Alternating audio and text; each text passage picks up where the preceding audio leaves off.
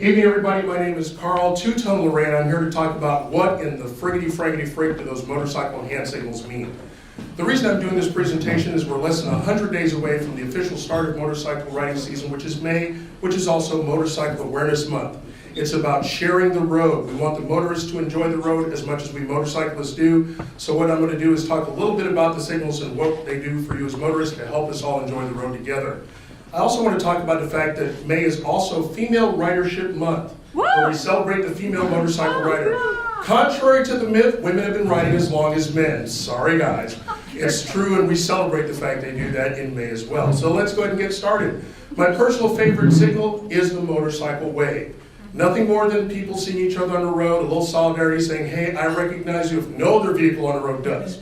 It's just a way to say hey and to recognize you. And they're as different as the individual rider. So if you think of a social environment where people wave to each other, that's what we're doing. The next one is extremely important. It's the stop. If you are a motorist and have ever driven a vehicle, you should know three: left, right, and stop. What I want to do with this signal is ensure that we meet only in a wonderful setting like this. No other way at all. So that's what it's all about. The next one is where we're telling you, and this is typically with multiple riders, that the fuel, we need to fuel up the beast. Tank is low, we're going to pull over at the next possible place to get gas. That's all that is, so you're going to be knowing that they're getting off the road. The next one is extremely important for motorists in the fact that if you see this signal in a group of motorcyclists, we're going to single file typically to avoid something. And if we have to avoid it, you might have to as well. So if you see this signal, take extra care in what we're doing. Of course, when we get out of that situation, we go back to double file, get back into a formation and continue to enjoy ourselves down the road. The next one I'm going to talk about, we talked about fueling up the vehicle. The next one is fueling ourselves, or the refreshment stop. I've got to take a break and get something in my system to keep me going as well. Of course, conversely with that one, the next signal that we're going to talk about is the one where we let things go, or as my girlfriend loves to call it, the comfort stop. It's very sincere back there doing it right now. It's letting you know that we've got to stop right now. It's, we've got to just basically find the nearest available exit to relieve ourselves of the fuel we put in earlier in the refreshment stop. That's what we're talking about doing. Now, also, one of the things you've probably seen on many construction sites is this symbol. And you're going, what the heck is he doing? Trying to fly? No, it's slow down. Very simple. If you see motorcyclists doing that, we're probably going to go to that single file and go around some particular obstacle.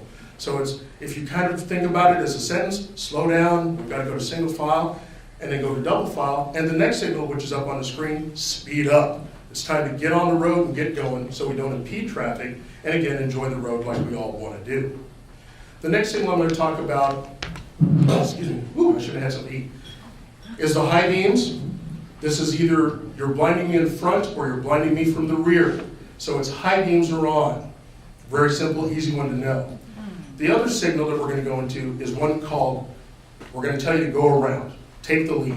If the group is too slow for traffic because we have, say, an inexperienced rider, or the vehicle needs to be limped to a repair facility, whatever it may be, if you see this,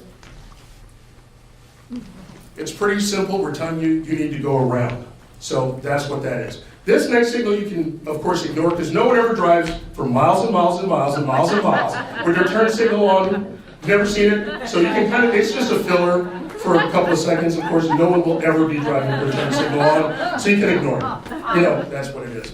This one is one of my favorites. It's a pullover, basically telling the group we're going to pull over. If you use it in a sentence, we're pulling over because I've got to go. We're pulling over, so I need to go right now.